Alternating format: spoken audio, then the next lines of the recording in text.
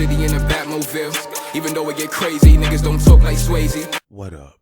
This is Swayze and I'm back to give you guys a few updates on the story of the 14-year-old who was fatally stabbed on a subway station platform. Now, in our last video, we spoke on Notti's affiliation with D-Dot and the others. And if you look at your screen, you can see that somebody already made an attempt to kick over Notti's candles. And I wanted to bring that to you guys' attention just to show you how ruthless and disrespectful this thing can get. Which brings me to this article that reads, a 14-year-old aspiring rapper who recently moved to Yonkers may have been the instigator in a fight with a rival teenager that left him fatally stabbed on a New York City subway platform this weekend.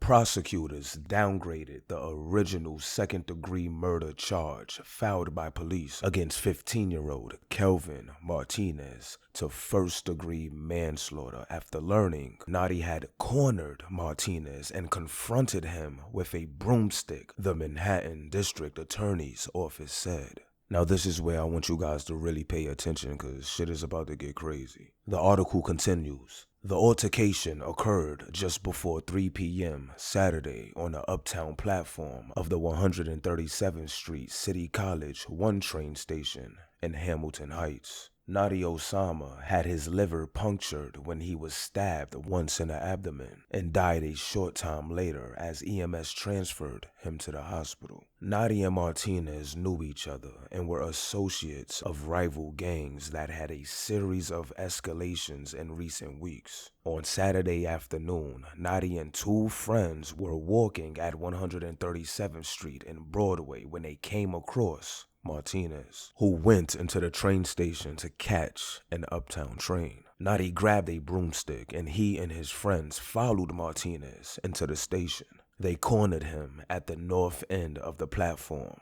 Notti hit Martinez with a stick and Martinez pulled out a knife and swung at Notti, hitting him in the abdomen. One of Notti's friends also swung a sharp object at Martinez, and Notti, despite being stabbed, pushed Martinez onto the train tracks where he landed on his back. Martinez then climbed up and fled the station as Notti staggered down the platform and collapsed on the staircase. Martinez was arrested a few hours later with the help of his mother, and he was interviewed by NYPD detectives and DA investigators. He was also treated at a hospital for an injured back and 2 puncture wounds to his left hip that were sustained in the altercation. Quote, the DA's office needs to further investigate and explore possible legal defenses such as justification as well as investigate Mr. Martinez's claims that in the preceding weeks, Mr. Martinez was assaulted by members of Notti's gang.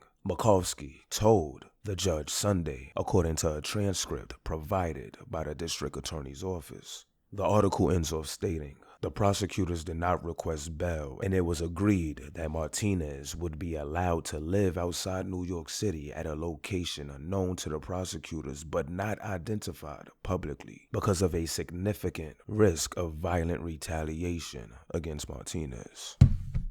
Now, first thing I want to say is this.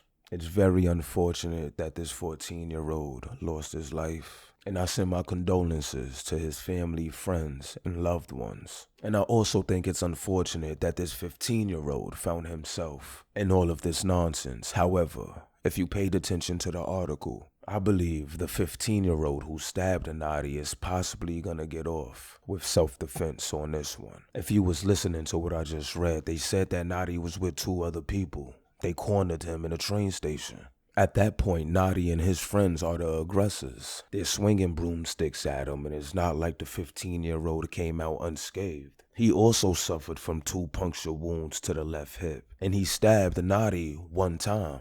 I'm sure they got this story from the witnesses that was standing around seeing the whole altercation go down. And if you ask me, when they take it to court, I think this kid has a good chance. I mean, the prosecutors literally downgraded the original second-degree murder charge to manslaughter after the 15-year-old kid turned himself in with his mother and explained the story. So, I don't know. It just seems like a crazy type of situation. On one hand, we have a 14-year-old whose life has been unfortunately taken away from him, but if this 15-year-old kid, Martinez, didn't have that knife on him, he would probably be the one deceased right now. It's just a real sad situation for real. But pull up in the comment section and let me know how you feel. And if you like the video, don't forget to share, subscribe to the channel if you're not already, and make sure you hit that notification button. But I'm off this.